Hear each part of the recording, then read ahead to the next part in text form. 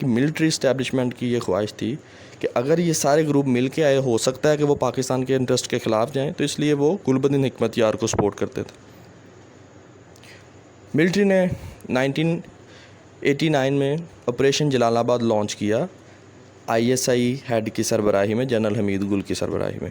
Operation جلال آباد یہ تھا کہ گل بدین حکمت یار کو سپورٹ کرنا تھا پاکستان نے، تاکہ وہ افغانستان کے اوپر کنٹرول حاصل کر سکے۔ یہ آپریشن ناکام ہوا۔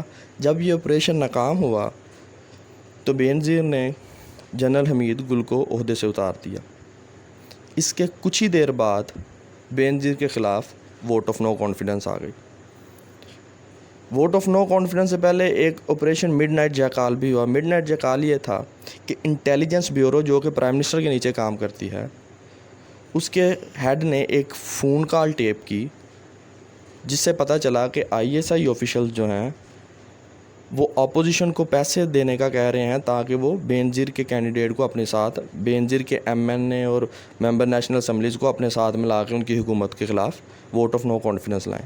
جب یہ آپریشن پکڑا گیا تو بینظیر نے یہ ٹیپ اور بندوں کا نام اس وقت کے آرمی چیف کو دیا۔ اب بینظیر چاہتی تھی ان کے خلاف کورٹ مارشل ہو، لیکن جو آرمی چیف تھے انہوں نے انہیں عہدے سے بس فارغ کر دیا۔ اگلا پوائنٹ جس کے اوپر ملٹری اسٹیبلشمنٹ اور بینظیر کے درمیان اختلاف تھا وہ تھا نیوکلیئر ویپن کے بلڈ اپ کے اوپر۔ پاکستان ذوالفقار علی بھٹو کے ایرا سے نیوکلیئر ویپن بلڈ کر رہا تھا۔ جنرل ضیاء کے دور میں 1985 میں USA میں ایک لیجسلیشن پاس ہوئی جسے کہتے ہیں پریسلر امینڈمنٹ، جس کے مطابق جو بھی اسٹیٹ جس کے اوپر شک کیا جاتا تھا کہ یہ نیوکلیئر ویپن بنا رہی ہے اس کے اوپر USA پابندیاں لگاتا تھا۔ جب پاکستان کا نام آیا تو جو US ایڈمنسٹریشن تھی، کیونکہ وہ اس وقت پاکستان کے ساتھ مل کے USSR کے خلاف لڑ رہی تھی، تو انہوں نے سینٹ کو، ان کی اسمبلی کو یہ شورٹی دی۔ ہر سال وہ شورٹی دیتے تھے کہ ہم شورٹی دے رہے ہیں کہ پاکستان بلڈ اپ نہیں کر رہا نیوکلیئر ویپن، آپ پاکستان پہ پابندیاں نہ لگائیں، کیونکہ وہاں کی سینٹ اور ہاؤس آف ریپرزینٹیٹیو یہ دونوں مل کے پابندیاں لگاتے ہیں۔ وہ 3 سال تک تو شورٹی دیتے رہے، لیکن جب 1988 میں رشیا کو شکست ہو گئی، USSR کو شکست ہو گئی اس وقت کے، تو انہوں نے دوبارہ سوچنا شروع کر دیا کہ ہم پاکستان کے اوپر پابندیاں لگائیں گے، کیونکہ US کا پاکستان سے انٹرسٹ ختم ہو چکا تھا۔ بینظیر بھٹو اقتدار میں آئیں تو سارک میں ایک کانفرنس ہوتی ہے جس کے اندر سارک کی کانفرنس ہوتی ہے اسلام آباد کے اندر، جس کے اندر Rajiv Gandhi Indian prime minister اور بینظیر دونوں ملتے ہیں اور دونوں پریس کانفرنس کر کے کہتے ہیں کہ ہم نیوکلیئر فری ساؤتھ ایشیا چاہتے ہیں، اور جو پیسہ ملٹری کے اوپر لگنا ہے وہ ہم چاہتے ہیں کہ غربت کے اوپر لگے۔ پیسفل کو ایگزسٹنس کی بات کی کہ ہم پیس کے ساتھ دونوں ملک رہ سکتے ہیں۔ جب یہ بات جنرل ضیاء کرتے تھے کہ Pakistan nuclear weapon build up نہیں کر رہا، تو اس وقت ملٹری کو پتہ تھا کہ وہ بات کیا کر رہے ہیں اصل میں، لیکن جب بینظیر یہ بات کرتی تھی کہ ہم نیوکلیئر ویپن کو بلڈ نہیں کریں گے تو وہ سمجھتے تھے کہ شاید بینظیر کی واقعتاً انٹینشن یہ ہے کہ وہ واقعتاً نیوکلیئر ویپن کو بلڈ اپ نہیں کریں گی۔ اس چیز کے اوپر ان کا آپس میں اختلاف آیا۔ ان تمام واقعات کے فوراً بعد 1990 میں بینظیر کے خلاف ووٹ آف نو کانفیڈنس آتی ہے۔ اب IGI جو ان کے اپوزٹ تھی بینظیر کے، اس کے پاس صرف 55 ووٹ تھے، لیکن بینظیر کے پاس 120-130 کے قریب ووٹ تھے۔ لیکن اس وقت تک آئین میں یہ نہیں تھا لکھا کہ اگر کوئی ممبر سائیڈ بدلتا ہے، کسی دوسری پارٹی میں جاتا ہے تو اس کی سیٹ بھی خالی ہو جائے گی، اسے دوبارہ الیکشن لڑنا پڑے گا۔ اس وقت یہ آئین میں نہیں تھا، تو پیسہ چلنا شروع ہو گیا، جسے ہارس ٹریڈنگ کہتے ہیں، کہ ایک پارٹی دوسرے پارٹی کے ممبرز کو پیسے دے کے خریدنا سٹارٹ کر دیا انہوں نے۔ اب IGI کے اوپر الزام ہے کہ انہوں نے اسامہ بن لادن سے پیسے لیے، جو کہ 2014 کے اندر اس وقت کے جو ISI ہیڈ تھے انہوں نے کورٹ کے اندر، سپریم کورٹ کے اندر کہا کہ جی وہ پیسے آئے تھے، وہ جماعت اسلامی اور نواز شریف کے درمیان تقسیم ہو گئے تھے، انہوں نے آگے لوگوں کو پیسے دیے بینظیر کے ممبران کو خریدنے کے لیے، وہ $10 ملین کا کہتے ہیں۔ لیکن مزے کی بات یہ ہے کہ تمام پیسہ چلانے کے باوجود پیپلز پارٹی 10-12 ووٹوں سے جیت گئی اور بینظیر سروائیو کر گئی۔ یہاں سے پاکستانی سیاست میں کرپشن سٹارٹ ہو گئی، کیونکہ بے نظیر کو یہ سمجھ آ گئی کہ اگر سروائیو کرنا ہے یہاں تو اس کے لیے پیسے کی ضرورت ہے۔ اس وقت کے U S ambassador to Pakistan لکھتے ہیں کہ بے نظیر کا کرپشن کے بارے میں موقف یہ تھا کہ ان کے پولیٹیکل اوپوننٹ یہ سب کچھ کرتے ہیں، اور اگر وہ یہ نہیں کریں گی تو وہ سروائیو نہیں کر سکیں گی۔ 1990 میں ہی جو پریزیڈنٹ تھے ان کے پاس 8th امینڈمنٹ، میں نے آپ کو بتایا، ان کے پاس پاور تھی، انہوں نے بے نظیر حکومت پہ کرپشن کے الزام اور بہت سارے الزام لگا کر حکومت کو ختم کر دیا۔ 1990 میں جب حکومت ختم ہوئی تو جو دوبارہ انتخابات کروائے گئے اس کے اندر جو نگران سیٹ اپ تھا، اس طرح کی سیٹنگ کی گئی کہ بے نظیر اقتدار میں دوبارہ نہ آئے۔ 1990 کے انتخابات میں نواز شریف گورنمنٹ میں آ گئے۔ اب جب نواز شریف گورنمنٹ میں آئے تو انہوں نے آ کے بے نظیر سے بات کی اس چیز کی کہ ہم اس 8 امینڈمنٹ کو ختم کر دیں، کیونکہ 8 امینڈمنٹ کے تحت جو پریزیڈنٹ تھے ان کے پاس پاور تھی، وہ اسمبلی کو ڈسمس کر سکتے تھے۔ لیکن بے نظیر کو پتہ تھا کہ اگر وہ ان کا ساتھ دیں گی تو نواز شریف سیکیور ہو جائیں گے، حالانکہ وہ اس چیز کا خود بھی شکار رہیں، لیکن انہوں نے کوآپریشن کرنے سے انکار کر دیا۔ 1993 میں سیم پریزیڈنٹ اسی 8th امینڈمنٹ کو یوز کر کے نواز شریف کو ڈسمس کر دیتے ہیں۔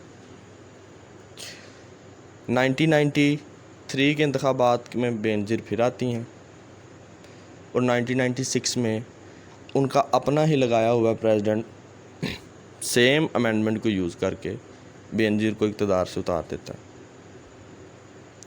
اس کے بعد 97 کے انتخابات میں پھر نواز شریف اقتدار میں آ جاتے ہیں، تب بے نظیر پاکستان سے باہر چلے جاتی ہیں۔ پاکستان سے جب وہ باہر چلے جاتی ہیں تو ان کے اوپر کرپشن کے کیسز ہوتے ہیں، جس کی وجہ سے ان کے ہسبینڈ کو، جو آصف علی زرداری تھے، ان کو گرفتار کر لیا جاتا ہے، جو وہ 7-8 سال جیل میں بھی رہے۔ ایک کال ٹیپ ہوئی جس کے اندر شہباز شریف جج کو بتا رہے ہیں کہ آپ نے انہیں اتنے سال قید دینی ہے، اور اتنے سال انہوں نے قید انہیں دی بھی۔ لیکن سوئٹزرلینڈ میں ایک کیس چلا جہاں مجسٹریٹ نے کہا کہ جو پیسہ سوئٹزرلینڈ کے اندر ہے بے نظیر کا، وہ سارا کرپشن کا پیسہ ہے، وہ کک بیکس لیے ہوئے۔ مثلا کمیشن 3-4 کیسز انہوں نے کتاب میں بتائے۔ ایک دبئی کا کیس یہ تھا کہ وہاں گولڈ کی کسی کی کمپنی تھی، ان کے ساتھ بے نظیر کا معاہدہ ہوا کہ وہ گولڈ کا کنٹریکٹ جو ہیں وہ انہیں لے کے دیں گے، دبئی کی کمپنی تھی، اس کے بدلے ان سے پیسے لیے گئے۔ ایک فرانس کے کمپنی کے ساتھ ان کا کنٹریکٹ تھا، اس کے مطابق یہ تھا کہ پیسے ان سے انہوں نے لیے اور انہیں یہ شورٹی دی کہ کنٹریکٹ انہیں ملے گا۔ وہ کنٹریکٹ تھا فائٹر جیٹس کا۔ اسی طرح سوئٹزرلینڈ میں بھی کمپنی کے ساتھ انہوں نے کنٹریکٹ کیا، ان سے بھی پیسے لیے، وہ $10 ملین بتاتے ہیں۔ جب وہ سوئٹزرلینڈ کے اندر وہ پیسے سیو ہوئے تو وہاں کیس چلا جس کے اندر انہوں نے یہ آرڈر کیا کہ 180 دن کے لیے یہ نظر بند رہیں گے اور پاکستان کو $12 ملین جو ہیں وہ ریٹرن کیے جائیں گے۔ اب اس سے یہ سمجھ آتی ہے کہ سیاستدانوں نے پیسہ بنانا اس دور میں سٹارٹ کر دیا جب انہیں اس چیز کی سمجھ لگ گئی کہ پاکستان میں اگر ان کے خلاف ووٹ آف نو کانفیڈنس آتی ہے یا انہیں الیکشن لڑنا ہے تو اس کے لیے انہیں زیادہ سے زیادہ پیسہ چاہیے۔ اب میاں نواز شریف صاحب اقتدار سیاست میں کیوں آئے تھے کہ جب بھٹو ایرا میں ریفارمز کی گئیں، جس کے نیشنلائزیشن کی گئی کہ زمینوں کو ڈسٹریبیوٹ کر دو، انڈسٹریوں کو نیشنلائز کر دو، تو جو جگیردار تھے جن کی زمینوں کو ڈسٹریبیوٹ کیا جانا تھا وہ بچ گئے۔ وہ بچ اس طرح گئے کیونکہ ذوالفقار علی بھٹو کو کسی نے یہ سمجھا دیا کہ اگر آپ جگیرداروں کی زمینیں چھین لیں گے تو دیہی علاقوں میں اور ساؤتھ پنجاب میں اور سندھ میں اور بلوچستان میں جگیرداروں کا ہولڈ ہے، ان کا اپنا ووٹ بینک ہے، اگر یہ آپ کے خلاف ہو گئے تو آپ الیکشن نہیں جیت سکتے، جس کی وجہ سے اس قانون میں ایسی شکیں رکھی گئیں مثلاً کہ کوئی بندہ اگر 150 ایکڑ رکھ سکتا ہے تو اپنے بچوں کو تقسیم کر سکتا ہے۔ وہ کہہ سکتا ہے میرے نام تو 150 ایکڑ ہے، میرے بچے کے 4 بچے ہیں، 4 بچوں کے نام 150 ایکڑ کر دیں، اپنے کزن کے نام زمینیں کر دیں۔ اس سے جگیردار محفوظ ہو گئے۔ لیکن 20% انڈسٹریاں نیشنلائز ہو گئی، ان میں سے ایک انڈسٹری میاں نواز شریف کی بھی تھی۔ اب ان کے والد نے یہ دیکھا کہ جگیردار بچ گئے ہیں لیکن انڈسٹریلسٹ 20% آ گئے ہیں. کیونکہ انڈسٹریلسٹ کا اپنا کوئی ووٹ بینک نہیں ہے, انڈسٹریلسٹ سیاست میں نہیں ہے. وہاں سے میاں صاحب بھی سیاست کے اندر آئے. جنرل مشرف کے 99 کے مارشل لا کے بعد بینظیر باہر چلے گئیں. جب وہ باہر چلے گئیں تو 2001 میں وار آن ٹیرر سٹارٹ ہو گئی. بینظیر کا تعلق اس گروپ سے تھا جو سمجھتا تھا کہ پاکستان کو USA کا پورا ساتھ دینا چاہیے, اور پاکستان کو دہشت گردوں کے اوپر, یا جو سمجھتے تھے کہ ہم جہاد کر رہے ہیں امریکہ کے خلاف, ان کے اوپر پورا کریک ڈاؤن کرنا چاہیے.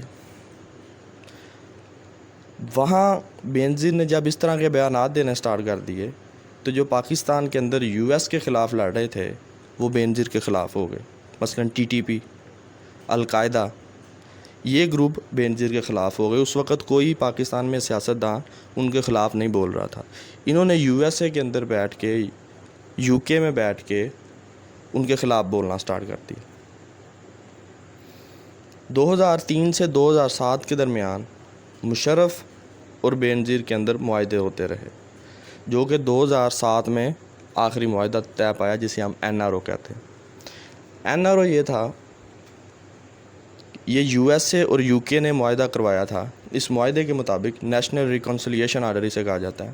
اس معاہدے کے مطابق پریزیڈنٹ مشرف 1996 سے 2007 کے درمیان جتنے بھی کیسز بنائے گئے تھے وہ ختم کریں گے پیپلز پارٹی کے. نواز شریف کا ذکر اس میں نہیں تھا. پیپلز پارٹی کے خلاف جتنے کیسز ہیں وہ ختم کریں گے.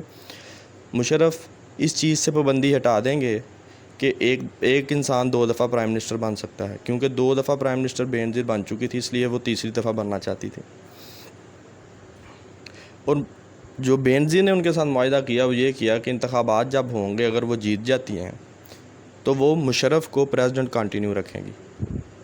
اب مشرف کو پریزیڈنٹ کنٹینیو کیوں رکھنا تھا؟